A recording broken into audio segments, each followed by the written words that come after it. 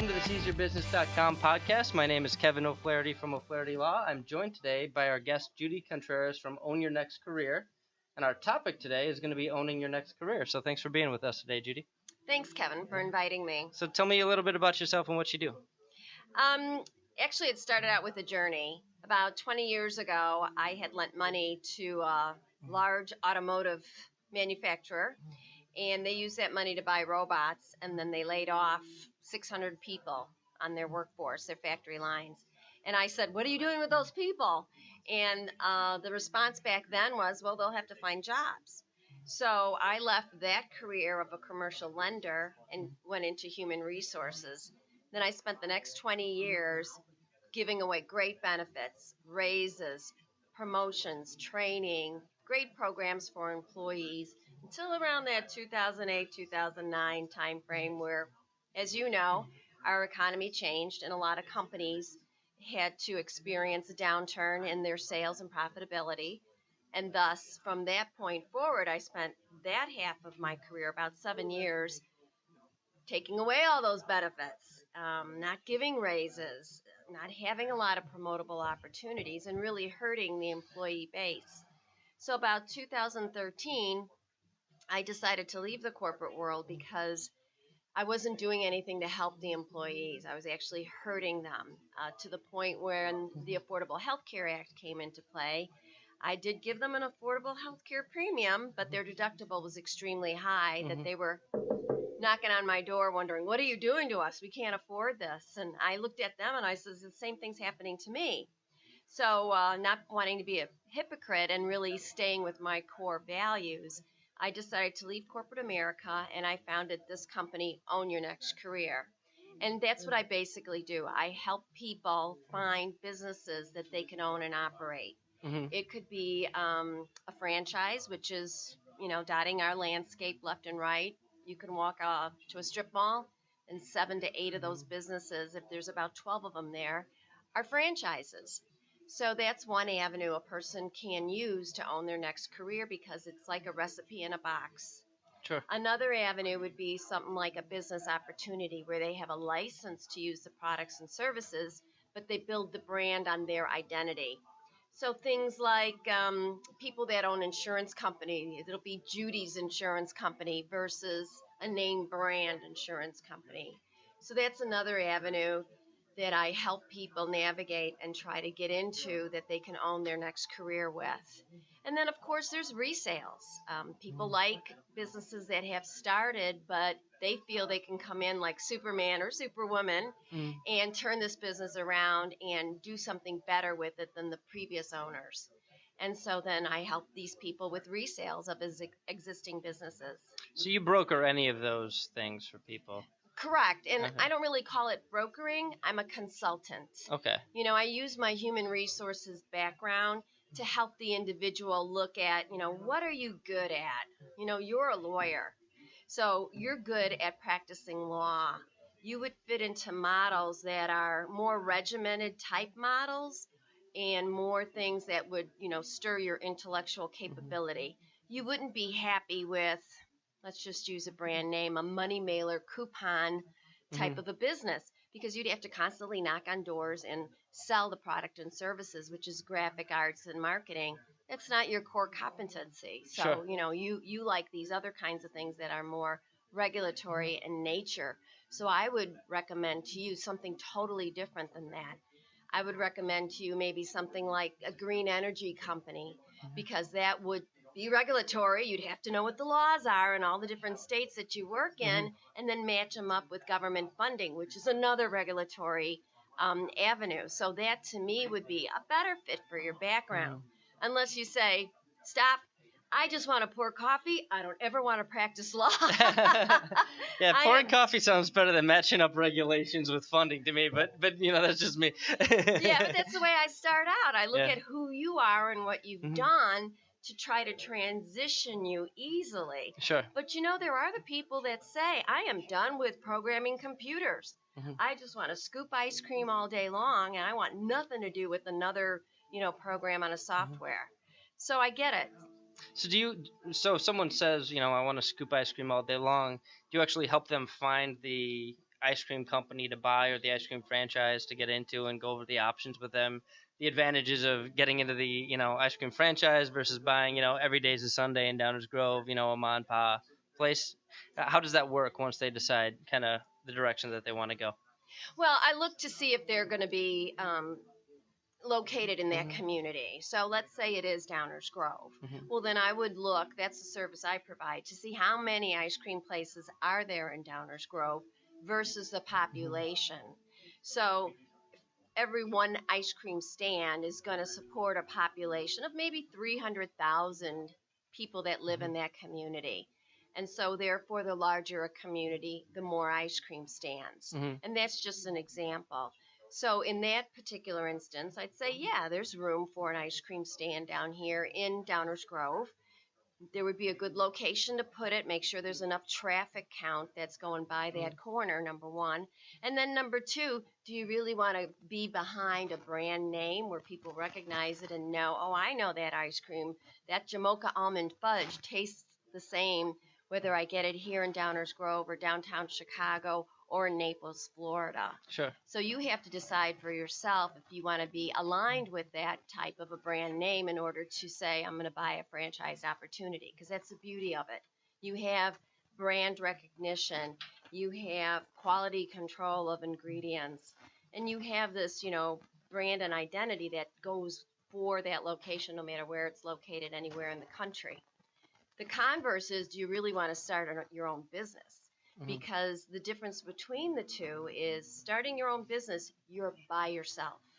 You have to be the marketing person, the salesperson, the IT person, the CPA, sure, the lawyer. And when you buy a franchise, you just have to scoop ice cream. The rest of it is the company supports you with all that stuff. So you have like a whole team right behind you versus being on your own and having to do all those jobs, frankly, that you don't know how to do. I don't know how to be an accountant. I don't know how to be an IT person, and I certainly don't know how to be a lawyer. I can scoop ice cream, though, because I'm a mom and I have 3 kids. So you have to kind of decide which one's going to be a better fit for you for your investment, because both are basically going to cost the same amount of money at the end of the day. You have to have the space to put the product or service in. You have to have the product or service, and then you have to have some way to market your product service to let the people in the community know that, hey, my doors are open, come and taste us.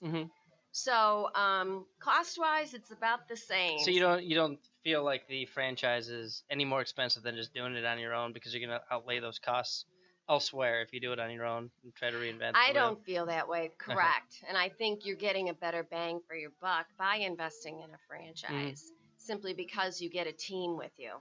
And you know what the other positive thing is? I'm going to say that the franchise scores one here. And that is when you do marketing for your business. They've already made the mistakes. So let's say, for example, in our ice cream business, you think as an entrepreneur, I give out free scoops every Wednesday to attract people to come in and taste my product so they could buy it the other 6 days of the week. The franchisor may have said to you, oh no, we don't do that. We found that strategy is a dumb strategy. You wind up losing product and inventory and not gaining more market share that way. They might suggest for you, instead of spending $5,000 in free ice cream scoops, you're better off spending maybe $2,500 in a mailer that says buy one, get one free. So the person can try the one, but also get the other one free. So you've got kind of some corporate intelligence behind what you're doing. Oh, yeah. Absolutely. You're kind of playing with the big fish, and you don't have to spend the money to do the market research on that. Exactly. They did that. A lot of these franchisors start their business at a certain year, but they don't franchise until a few years later. And it's very important to know that, because then they've worked out the kinks. Sure. They've made the mistakes. They bought the wrong accounting software to manage their business. So by the time you get it, you get the finely tuned wheelhouse of things that support you, and all you do is grow your business.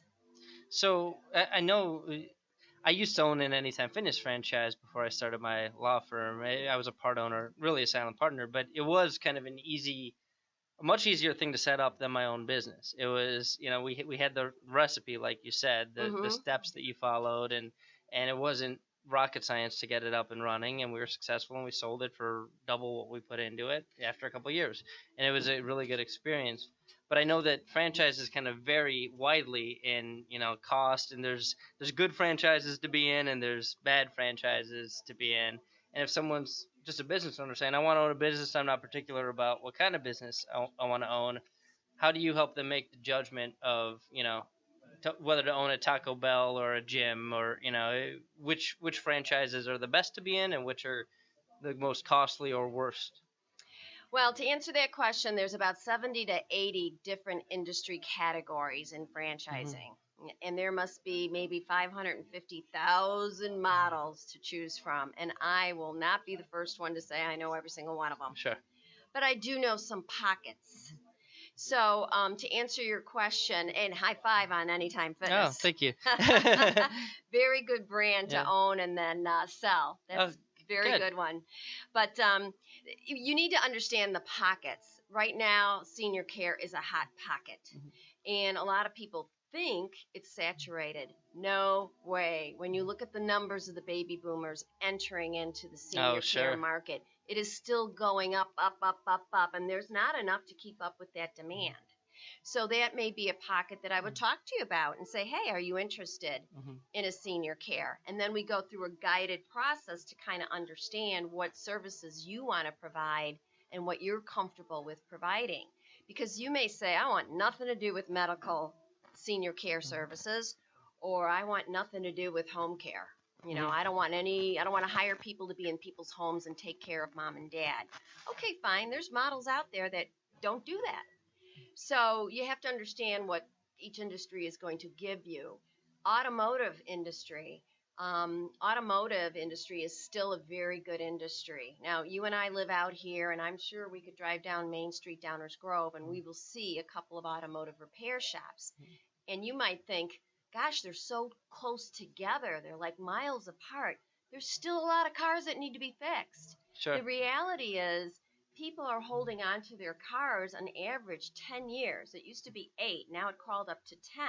And the reason being is they're afraid to buy a new car, get tied up with a loan payment, and then they may lose their job. Okay. That's the fear that's riding there. So it's cheaper to keep fixing that car, which keeps the automotive repair industry, a franchise industry, growing. You can also look at the fitness industry like you got into. There's some nice brands out there like the UFC gym, the Tap Out gym. They're using mixed martial arts. They're using karate. They're using getting the kids in there and giving them a fitness area to work out in and get them started younger and smaller.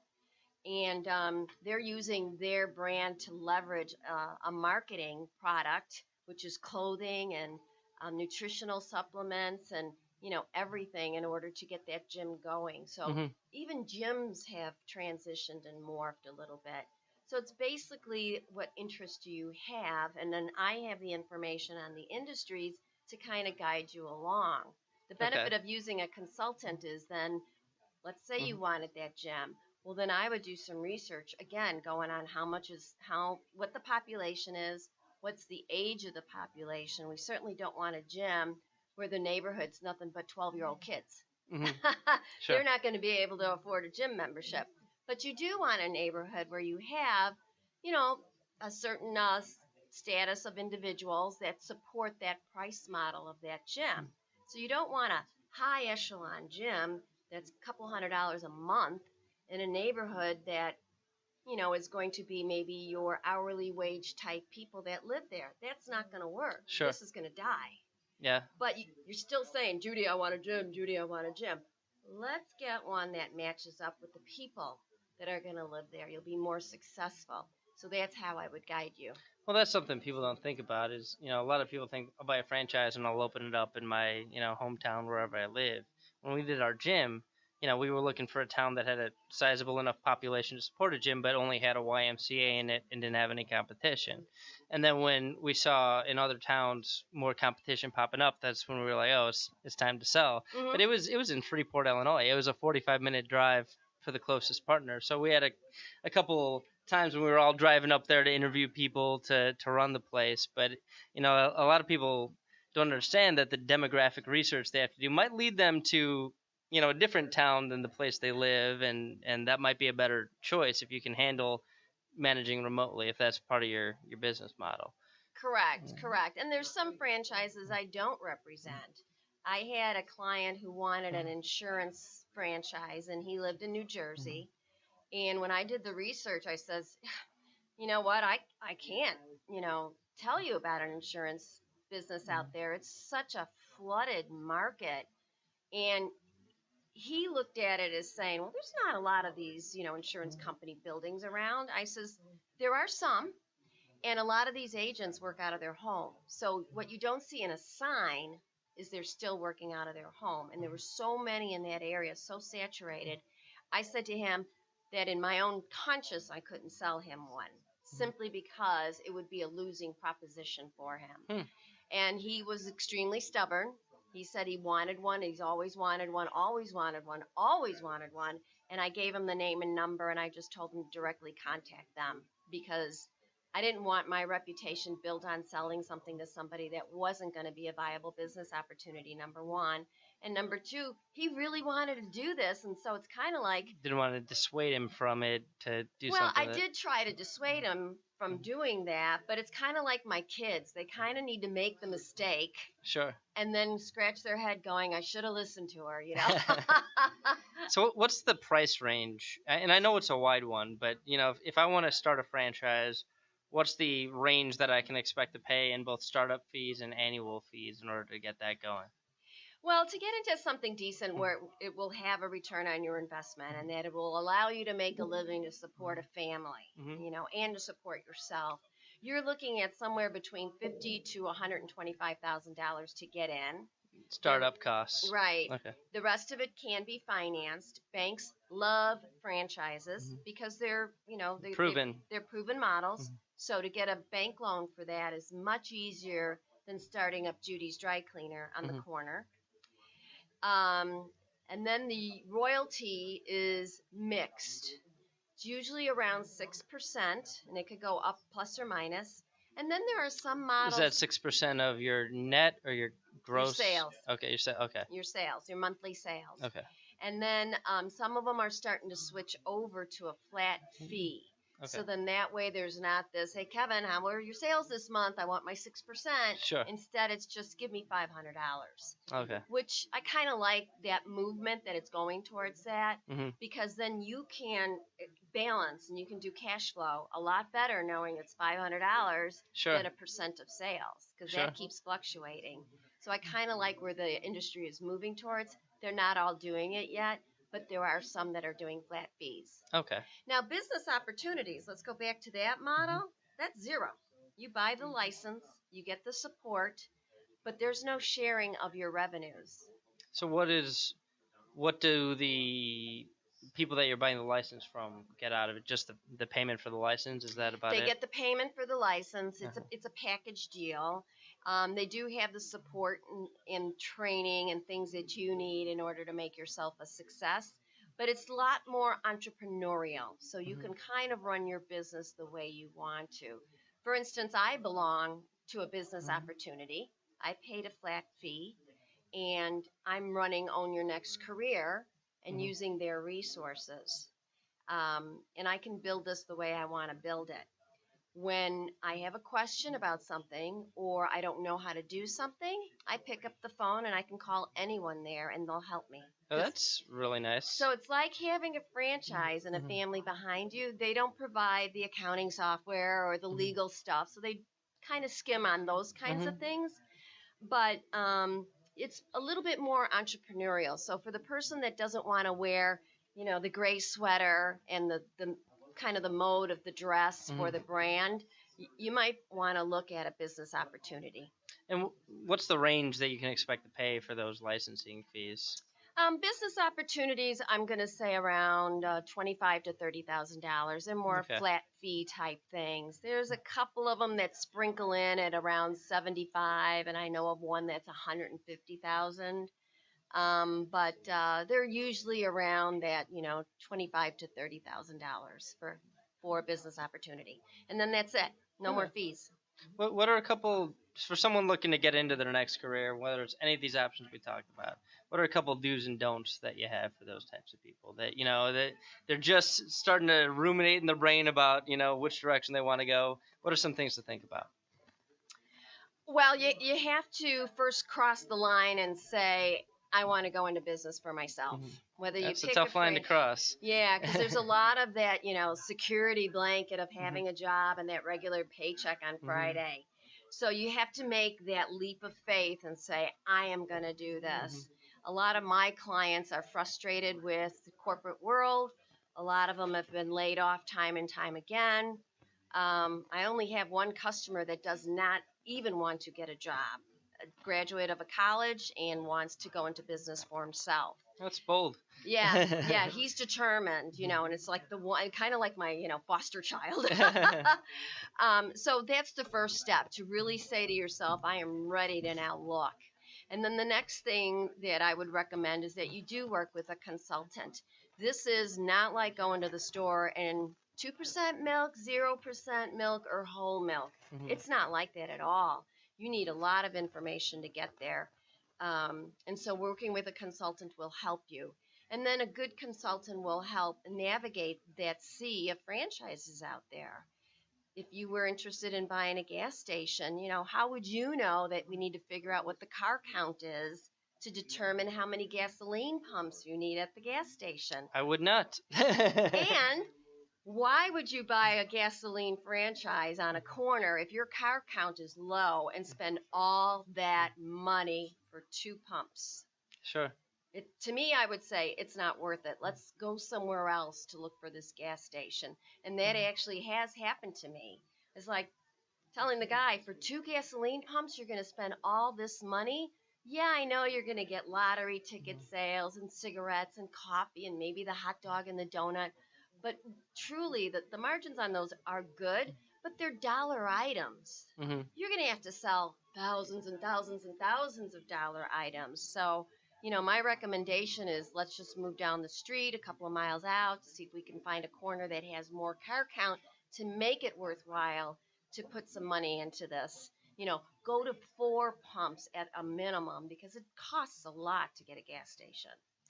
So how do you charge for your services? Because a traditional broker would, take a percentage of the deal, but you're really kind of working more on, you're just a resource for the purchaser. You're not brokering anything, really. You're Correct. helping the purchaser. Is it an hourly rate, or how does that work? It's actually free. The one thing in this world that's actually free.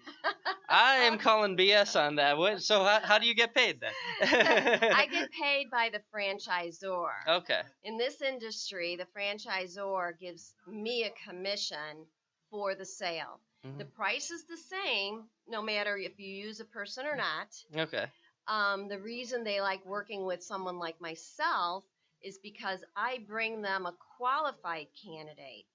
Here's a good example. The restaurant industry likes it when people buy their franchises, but they want people that are experienced in the restaurant industry. It's a 7-day-a-week, 16-hour-a-day. It's a tough business. Tough business. Lots of employees that you have to put into a restaurant. And so it's not for a lawyer, and it's not for an HR person, believe me. Sure. So I would not introduce you or I to a restaurant. I would tell both of us we're not qualified. Just like when you go for a job interview. I can't interview for a lawyer job. I'm not qualified. And everybody has the fantasy of owning a restaurant or a bar, and I've heard nothing but horror stories from people that aren't qualified to do it, that aren't pros in the industry, trying to get into something like that and failing. Right, yeah. Right. It's got to be the right location, and you have to have the right experience. You have to be thick-skinned. You have to be able to, jump ship and go in when an employee doesn't show up and you got no one else to cover. You're working evenings and long, weird hours. Yeah, not for me. But that's how I get paid, is I bring them a qualified candidate. So what happens if someone says, I don't want a franchise, I want to just buy someone's business? Do you act as a broker in that situation? Yeah, if they want to buy someone's business, again, it would be in my portfolio, and the same thing happens. I get a commission from the seller. Yep, okay. The business that's being sold. So there's no real downside to working working with a consultant like you. It's Right. There's no real they get basically downside. free advice. They get free advice. All right, I'll retract my BS comment. That's It is free advice. Now, you know what? I have to manage my time, and sometimes I get some tire kickers in there, and sometimes I get the young person who, you know, really thinks they want to conquer the world. And you know what? God bless them. But, you know, I do kind of filter them out kind of quickly. Like, do you have capital? Do you have a credit score? You know, who else can partner with you in this business should you not be liquid and financially capable enough? Sure. And then when they're not qualified by me, I've put some time into it, but then I would say to them, you know, hey, listen, let's just keep connected.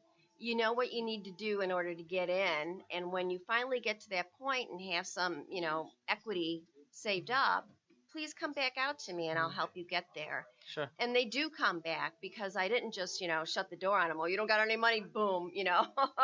Well, and you know, one thing I will say to people who are watching is that you don't necessarily need to have all the money yourself. You know, if you've got friends, there's a lot of people with a little bit of capital looking for a passive investment with someone they trust. And you know, when we're talking about opening up another gym, which we're doing, you know, I've got people coming out of the woodwork saying, "Hey, let me know next time you guys open up your next gym." And I could have $0 to invest myself if I wanted to, and you know, get people that want a good passive investment. If you've got people that trust you and your business sense and all that sort of thing. So exactly, I got capital, 2 gyms to sell you to, by the way. well, we'll talk offline. But capital doesn't have to necessarily be a stopping point for you if you really want to get off on your own. Exactly. There's a lot of good financial solutions out there to help people get into business. Veterans, for instance, there's veteran programs. There's SBA programs. There's ways to roll over your 401k. There's different financial solutions out there for different people. So you may not have all of it. You need at least 20% of it to get started. The other thing you mentioned too about investing is that, you know, not everybody goes into a business to replace their career, even though my company name is Own Your Next Career. Sure. There are some people that buy businesses purely for investment. They own real estate, they own stock, they own bonds, they own mutual funds, they own fancy cars, and they own businesses. So this is another avenue of an investment that people make and own it as an asset that has all the beautiful tax advantages of owning a business and all the upside of the increasing asset appreciation of a business. That was definitely the case with my gym, and it will be the case if I do another one. I own a law firm. I'm not gonna have time to mess around, you know, setting up the gym. I did some work on it, but there was the understanding that, you know, I was a passive investor with my friend who already knew how to own and manage gyms. So in that situation, you know, I was the guy that had some capital to throw around and wanted to give it to somebody. And now I kind of know how to do it by being a passive investor. And if I, you know, ever said, screw the law, I'm done with this, it's too much work. Right. You know, I got a little know-how from being a passive investor on how to do it myself if I ever wanted to down the road. So it was a good experience. We made some money off of it. And I'd recommend it to people rather than getting, you know, 0% interest in your savings account or 0.1% or whatever they're getting right now. You know, stocks are a good way to do it too. But if you're hesitant to get into the stock market, investing with somebody that you're a friend of or getting off on your own and having a passive investment is a good way to take some of that capital you've built up from your day job and start looking towards retirement. Absolutely, and you're right about that because you have a controlled investment versus the stock market, which is somewhat out of your control. Sure. And if you do open up that gym, I'll buy you your first broadcloth shirt with button down because you'll probably get bigger in the chest. Yeah, well, that takes more than capital. That takes, you know, actual effort. So I don't... Right. When you quit the law and you start pumping iron, I'll be the first to buy you a shirt. All right, sounds good. Well, how can people reach you if they want to hire you to get some advice on this? Well, I could be reached on the internet at www.ownyournextcareer.com. You can write me an email, judy@ownyournextcareer.com, or my phone number, which is 630-890-5590. All right. Well, thank you so much for your time today. It's been very enlightening. Good. Thank you.